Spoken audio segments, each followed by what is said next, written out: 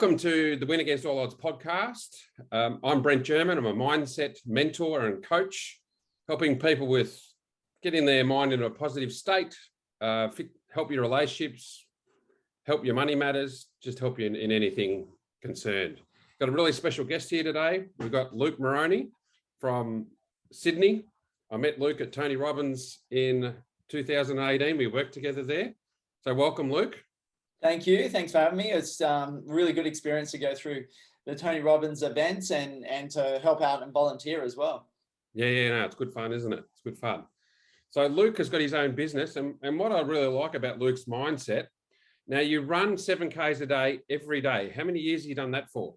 Coming into it's my 5th year this year, so I think it's over 1,600 days in a row that I've been running each and every day. So yeah, it's really started out by, wanting to lose a couple of kilos. And I just thought, 7Ks around about half an hour of workout would be a really good thing. And I'll try and do it for a week. And a week turned into a year, and a year is now turned into my 5th year running now. So it's been really good. Well done. Has there ever been any days when you didn't feel like getting up? Almost every day. Always feels good, Brent, after I do it. But before, and when I'm setting up and that, going through that first K and then getting to the second, I think by the last 2 Ks, I'm feeling pretty good that I'm on my way home. So I know what you're saying. I know what you're saying, because when I ride the bike, it's always the first 5 Ks is the worst. It's just a mindset thing. And then 20 Ks is easy. Sometimes you can go longer. So all listeners out there, just in order to get fit, it's more of a mindset thing than a physical thing, I believe. Just start. So if you want to ride a bike, you want to run, even you just want to walk. And if you don't like running or walking or riding, so let's just give you an example. Maybe just today, if you don't like walking, just go outside, get up early, walk 500 meters even, just make a start, then build it up slowly and slowly and slowly till a kilometer. So it's good for your mindset. It's like the book Atomic Habits, right? Atomic Habits. Yeah, I've listened to that one. Yeah. So it talks about just doing one part of just putting your gym clothes on as the first day, and then second day walking outside the front door. So, that's about creating those habits on an ongoing basis. Yeah, because life is a series of habits, and with life, we just got to create better habits all the time. And subconsciously, we're probably not even aware of the bad habits we have. So just making a change, moving is a great thing.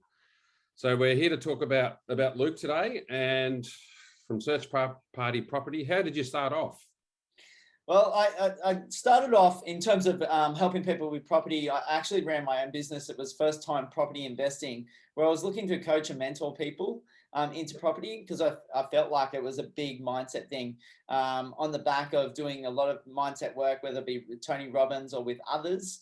I just felt like the gap for a lot of people when I was going to seminars was around the coaching and mentoring side. There's a lot of people that weren't taking action. So I was trying to get them towards think about different ideas and as part of their journey. So I ran that for a couple of years, and then someone approached me about actually being a buyer's agent rather than just the coaching and mentoring, actually find the deals. And then we, got together and actually formed the company and started working not only on the deals, but also the mindset and education, which, comes a lot, which is probably 80% of what we do as investors, or probably other areas of our life as well. Yeah, no, I agree. So just to tell what's your purpose in your business, I guess? So just so the listeners put it a bit more in layman's terms, what's the outcome of being with you? Well, I think it's, I think for a lot of people, when we think about wealth creation, it's about financial freedom, having the more choice and flexibility. I think I say on my videos that I do on Facebook each and every day about creating that property portfolio for that wealth creation, for that flexibility and choice. If you do want to go on a holiday for a week, you're not tied down to a 9-to-5 job, and you can just drop everything on a whim and just go away if you want. I guess being able to work from anywhere you want in the world, and that flexibility for me has been a big one. And it's one reason that I got out of my 9-to-5 job. I was, really comfortable and really liked the work that I did. And I was actually a strata manager at that time in the real estate industry. But I was tied down to a desk. I had to be there each and every day. even if I came in at 7 o'clock in the morning, which I often did, I, wasn't allowed to leave at 4 o'clock. You had to leave at 5. Or I was setting a bad example if I, left work early, even though I was in there at 7 a.m. So, go figure. I ran things differently than, my colleagues who I work with. But, it was big for me to get out of that 9 to 5 and get more flexibility and choice. And that's what we really want to do for clients, is get them into a position that they build a property portfolio, have that cash flow come through, that in 5 years, 10 years, 15 or 20 years time, that they can leave their jobs and go, you know what, I can start running my own business. I can, travel the world more. I can spend more time with family. All those things is really what we want to instill for our clients. Yeah, well done. I understand the 9 to 5 grind. I was a banker for 17 years when I left school, and it's disappointing they didn't really look after your old work because you're a go-getter. I know that. And but I used to do what you did when I worked in the bank. Sometimes if I had a big workload, I'd get in at 6, but I would leave. If I got all my work done, I'd leave at lunchtime. So I had a bit more flexibility in the bank when I was doing loans and stuff. But I understand that it may have been a bit of pain for you, because when we talk about Tony Robbins, there's pain and pleasure, and you working your guts out at the job you had, you weren't getting rewarded for it. Yeah, exactly, Brandon. And it's one reason that it pushed me out the door. I actually thought for myself that I was going to leave in that next 6 months. It actually only ended up being a month. And all my frustration and anger started to come out, and I started to be more aggressive in the office. And that led to me actually getting a written warning and then tearing it up in front of them and saying, I'm actually going to quit. So I should have actually realized for myself. And sometimes we just don't have that awareness. Sometimes we have to get to that, I don't know, it's not like rock bottom or that anger point that really pushes us out to do something that we really had in mind, but we just didn't take the steps, because there is a little bit of fear and uncertainty in leaving a 9 to 5, that I guess that cushy position of having that steady income coming through. Yep. Well done. Good on you, I say. So, I did the same thing. When I went from bank to golf, I didn't know, but I just knew in my heart that I had to do golf. I've been coaching golf for 18 years now, but now I'm transitioning into mindset coaching, and I didn't even think twice. So I wasn't pushed out. I was actually, after doing Tony Robbins, I better not swear on this podcast, but after doing Tony Robbins, your PW in 2003, September. Wow. I said, F this, I'm going to do golf for the rest of my life. I rang my big boss at the National Bank. I said, Billy, I'm going to quit eventually. I want to be a golf pro. And Billy goes, I know you love golf, Brent. I'll support you. And when it came time to leave, like about a year later, because I had to do some tryouts to be a golf pro. Yeah. And I said, Billy, they want me to start in 2 weeks. He goes, that's fine. You've been up front with me for a year now. Just, I'll tell HR in Melbourne that you gave me 4 weeks notice. So, the truth sets you free. So I live by that motto. Yeah, well done. But thanks.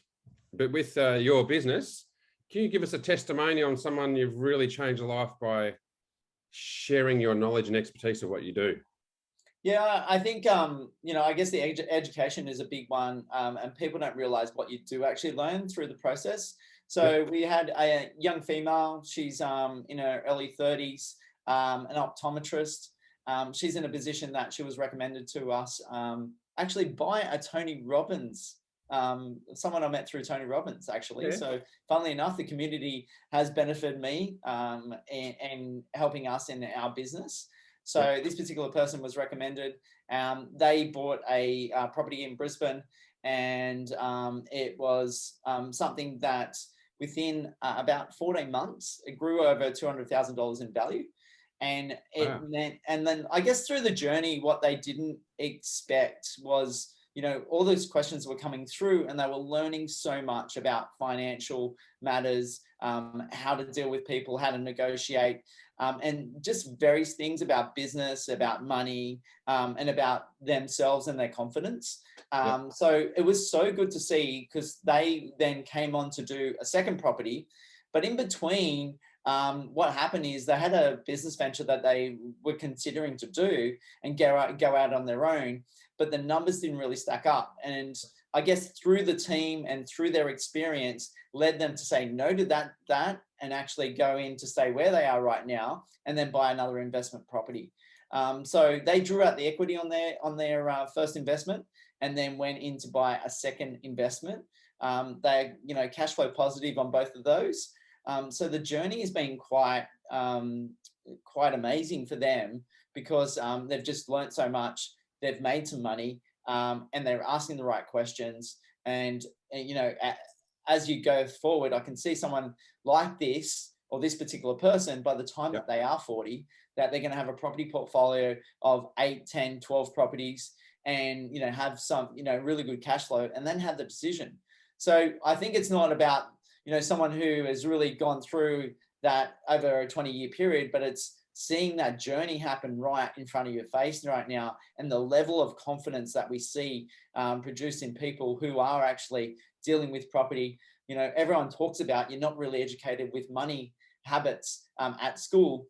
So a lot of the people we are coaching through how to work on negotiations, how to work with your money, how to keep those cash buffers, not look for that greed in investing.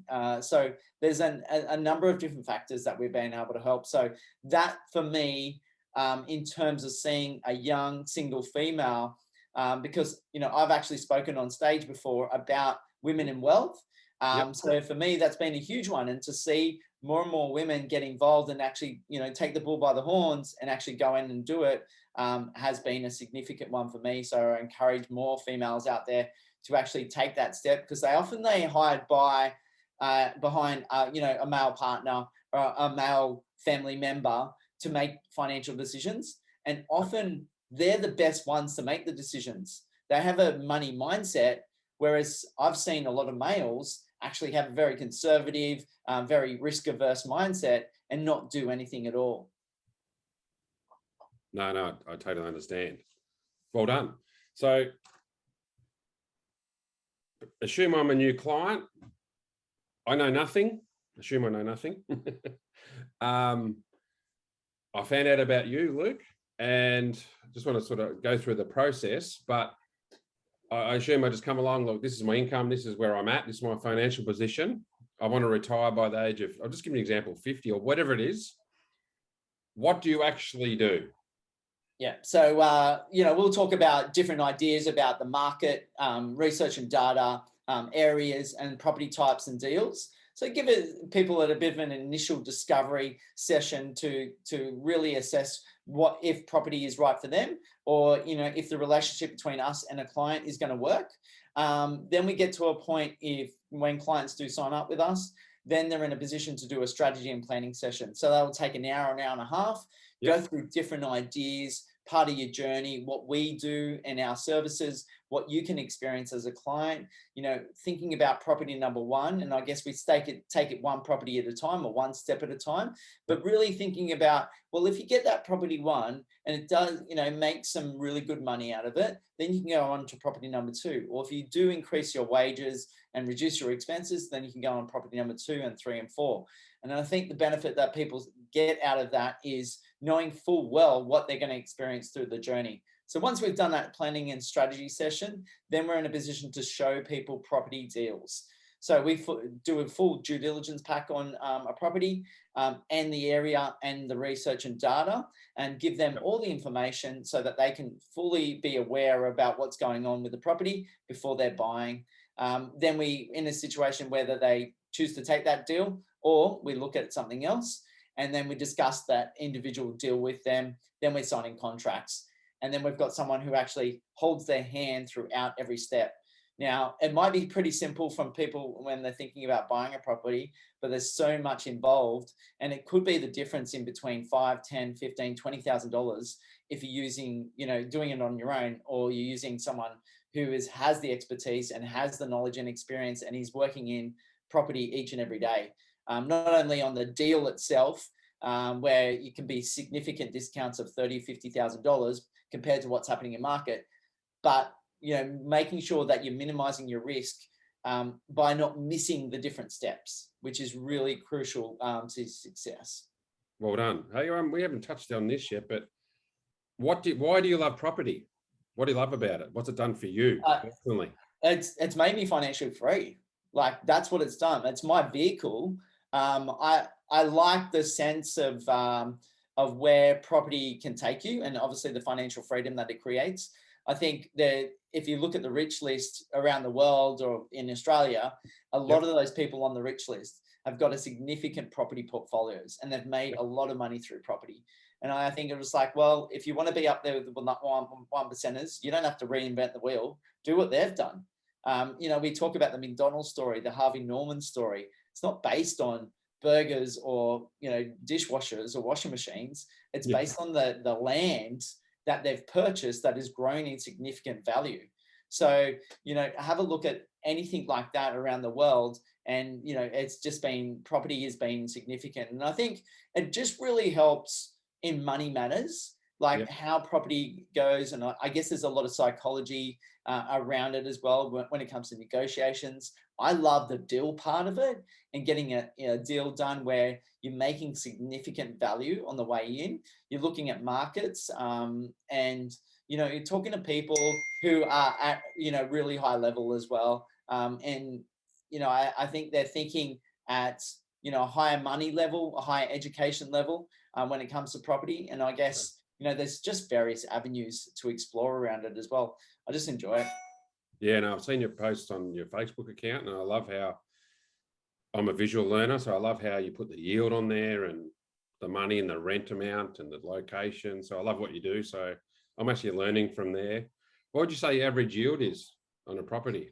Well, definitely it's come down in the last 6 to 12 months because prices of the property have gone up. So, you've got, once you see that increase in property value, your cash flow does reduce. And it's often that the rents take longer to increase than the sale price. So the sale price can change in a day, whereas the rents on a property take 6, 12 months, 18 months to actually change because they're in a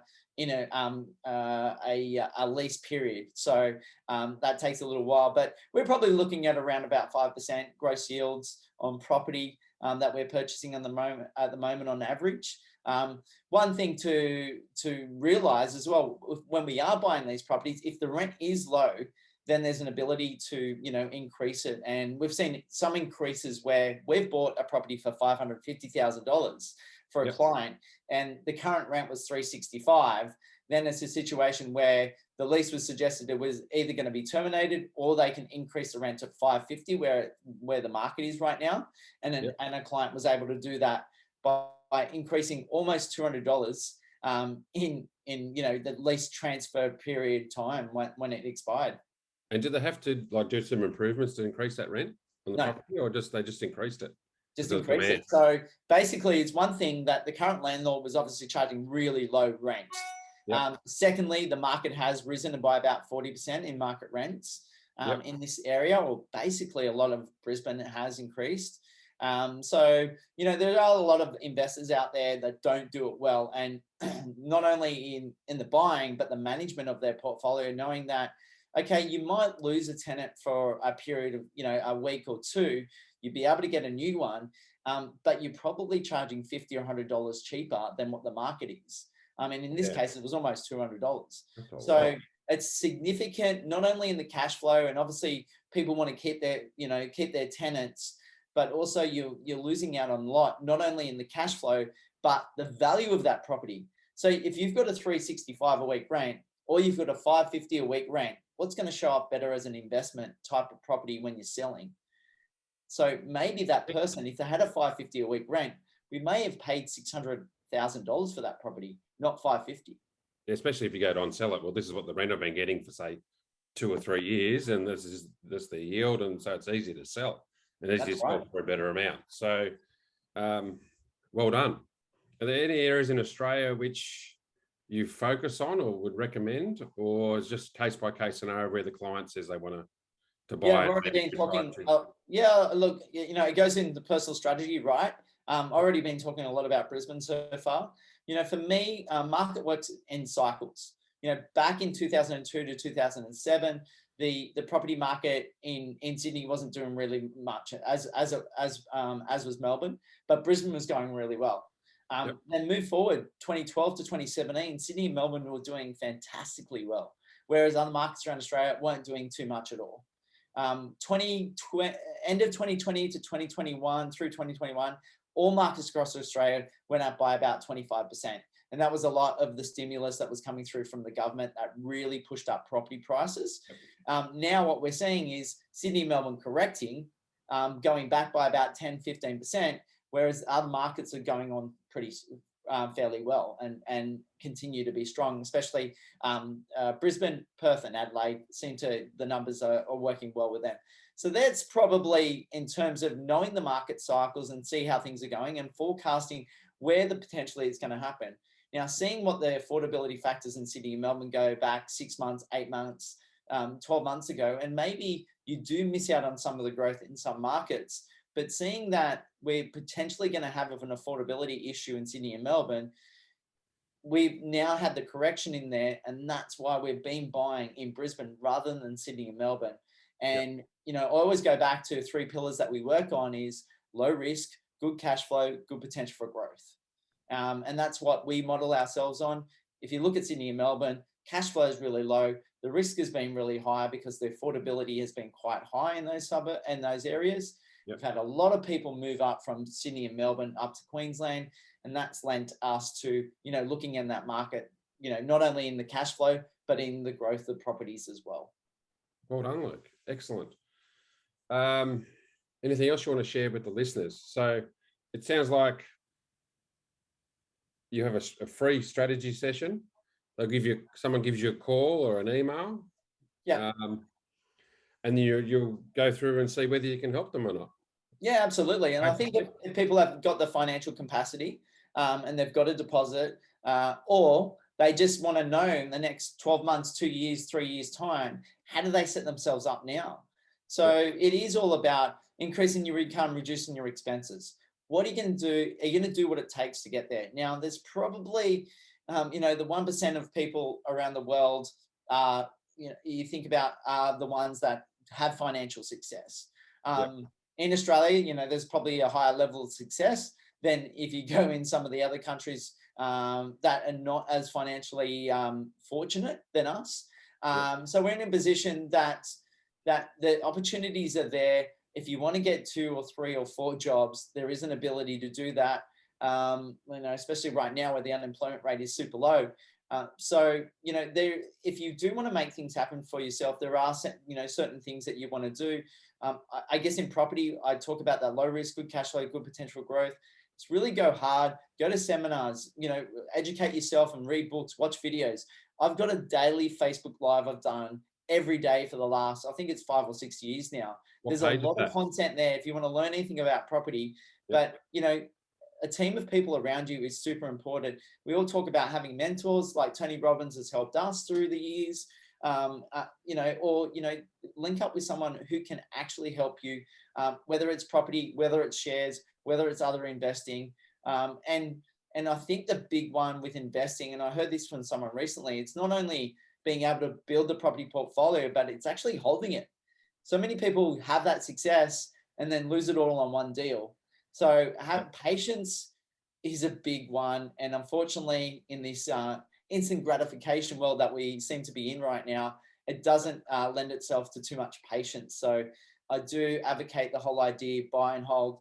I guess, Brent, the big one for me has been, and this is the lessons that I've learned, is when I have been greedy and looking for that big, you know, money chunk to come in, that's where I've lost money.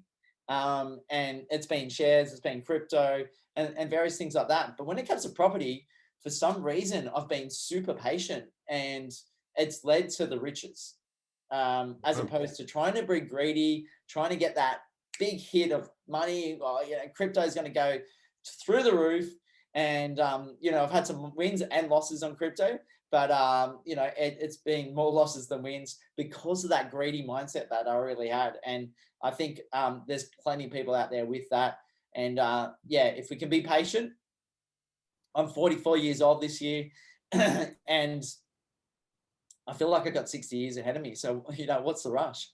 Well, you're fit as running 7Ks a day.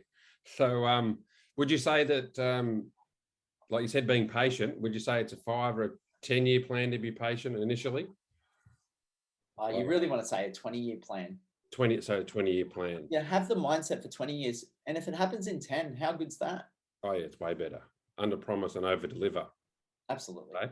And you can't lose bricks and mortar. You can't lose because it's Have a solid. think about it. The simple principles around property in Australia. You know, Mhm. people want to live on the coast. People want to live near capital cities.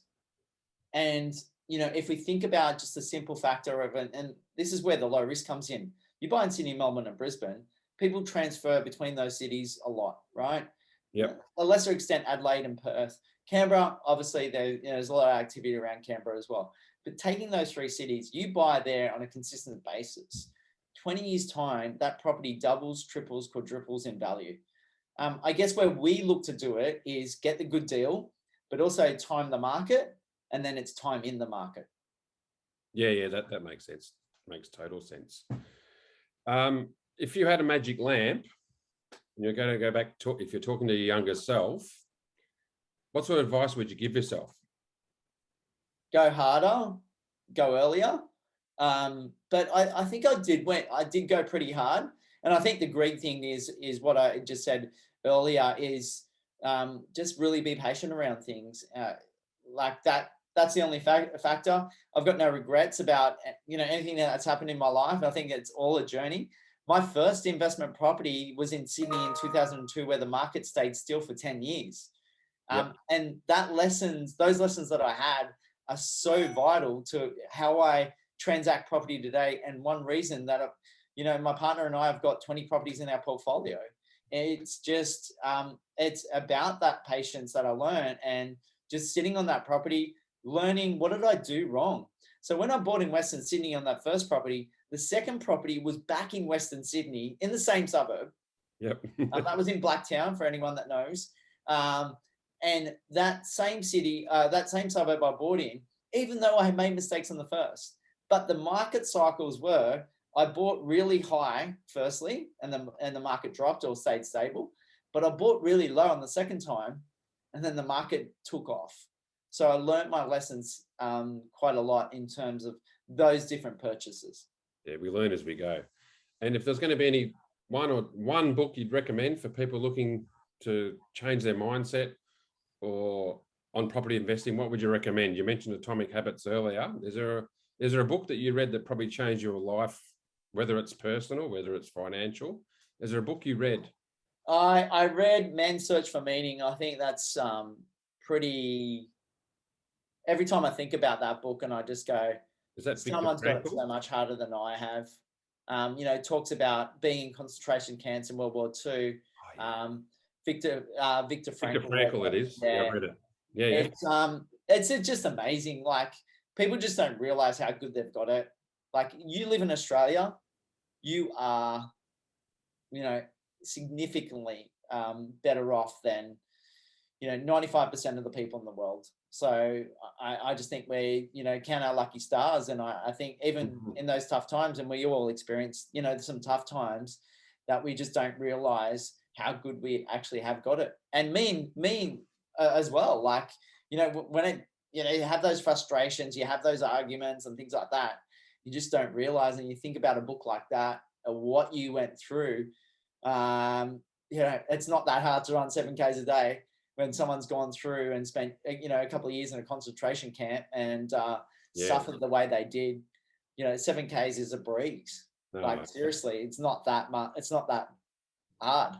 yeah, like Mandela was locked up for a lot of years as well, but he just maintained faith. He was grateful for what he had. And with my students out there, I love Louise Hay, the little golden book. Yeah. It's one of the books that's inspired me. And just saying I am preceding everything, whether it's I am a excellent property investor, or I am grateful for this chair I'm sitting on. Just by introducing I ams into your life really changes your psychology. And just by me mentioning I'm actually getting goosebumps right now. So it's one of the things I coach my students with is the I ams. I love it. Awesome. I think I eat a lot of beetroots because of Louise Hay. You what, sorry? Eat a lot of beetroot because of Louise Hay. I think she did something around cancer and eating like 9 raw beetroots a day to minimize the effects of cancer that she had at some stage. Wow, I had 3 beetroots yesterday. I juiced them, and so it's funny how you spoke about that. I juice 500 mils of celery juice. I drink that every morning. and before that, I have lemon water. So I'm on a constant detox because I'm a bit older than you. I'm 52. So as you get a bit older, you got to look after yourself a little bit more. Well, I think I'll be running at 52, hopefully. No, you will be. You're as fit as a mallee bull. That's what my dad would say anyway. Yeah. Um, So it's been really good. Now, I don't know. I'm going to ask you this question because I've used adversity in my life to make me go forward in life. Some people use adversity or bad shit happens in their life and they can't get out of that. They're a bit stuck. And that's one thing I help people with. Have you had any adversity in your life and how'd you overcome it? Look, for me, I don't feel like I have had that. Like, there was a bit of bullying at school, and I think everyone's kind of had that, a little bit of bullying. And I think everybody went through that. Yeah. I feel like I just reflect on so many people have got a story, that's worse than me. The book, I would just talk about the book as well. Just don't feel like I've had it that tough. So for me, I just need to draw on that potential adversity to really motivate me sometimes, to be honest. Like, if you don't hit rock bottom, sometimes you don't make a move and you just, coast along. So we've got to be mindful of that. Is I don't want to be in a point to get to rock bottom on things. So I think there's something that we've got to do for ourselves if we don't experience that adversity. And there's also different levels of adversity for people, but if we don't experience that, then we've got to draw on something to say, if I really had no money, if I was really sick, what would I do? It's kind of, if this was the last year of my life, what would I do with it? Would I change anything that I'm doing so much, right? And I think, we get a taste of that sometimes when we go to a funeral or we hear about it, watch the news and hear about a horrific accident that's happened. And then we only, gel on that or hold that for a day, a week, and then it all gets forgotten. So many times that, if I reflect on a book like Men's Search for Meaning, it just really drives me to go, what do I need to be doing? Where can I be looking at? What kind of journey and path do I need to be creating for myself? Am I just sitting in the day-to-day rather than just going, okay, what's my next level? And I think I'm doing that through, some of the things that we're experiencing now, where I've actually put a book together, and that's it's in final draft, which is really good and really exciting. It's going to be more of an ebook through with the business, but it's kind of exciting to be able to put something together. So a lot of my ideas and mash with the team, and probably doing a little bit more on YouTube as well, which is going to be significant. So we're looking to put some off-market deals on YouTube, and get them out there to people to be able. I talked about some of the deals, and you were reflecting on some of the deals that I put through, and our big one is showing a lot of transparency about numbers, about property, about, ideas, so that people get a real good taste. And if you want to go and do it yourself, you can. We're not stopping you. But at the same time, to be able to have that team along, not only on that deal, but all the way through building your property portfolio is so valuable. I've used a buyer's agent many times myself, and we just advocate for other people to get with the team, because it's not only the deal, but the learnings that you'll experience so much more. Yeah, it's your area of expertise. You've done it for so long. You know the ins and outs of it all, and it's your thing. It's your purpose, pretty much. Yeah, that's right. So anything else you'd like to add? I always like to say at the end of my videos, bye, bye, bye. I'm always a bit of an advocate. I'm a person that takes action. So, if you're with a personality that aligns to that, then great, give me a call. If you're not, maybe you need a balance in between, what's going on for you, where you lack the action taking and you need someone on board that's going to help you through that journey. So it's, people look for and seek that perfection, and perfection's not ever there. So just get started. What if you do buy a property that doesn't grow for 10 years? But in year 10 to 15, it just, doubles in value. That's significant. Like, that's more than someone's wage for a year or two or three.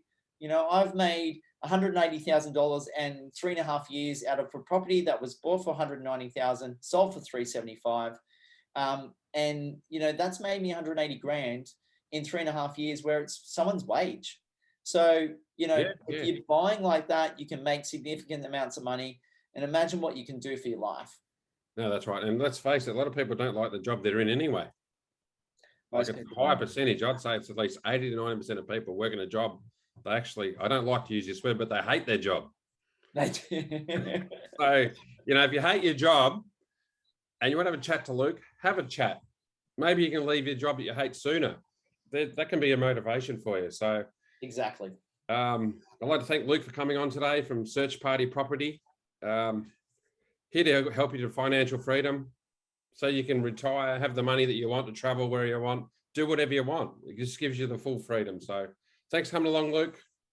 I've appreciated it. I've learned a couple of things today, and I'm sure our listeners have as well. Plug your phone number, plug your website, go for it. Yeah, searchpartyproperty.com.au. You can call me on 0400 332 377. Always happy for a chat about property, about mindset as well, Brent. So, you know, we love to talk about these type of ideas and thoughts. It's just so important for each and every one of us. All right. Thanks for coming on, Luke. And have a fantastic day and keep on running. Thanks, mate. Cheers. See you, Luke. Bye. Bye.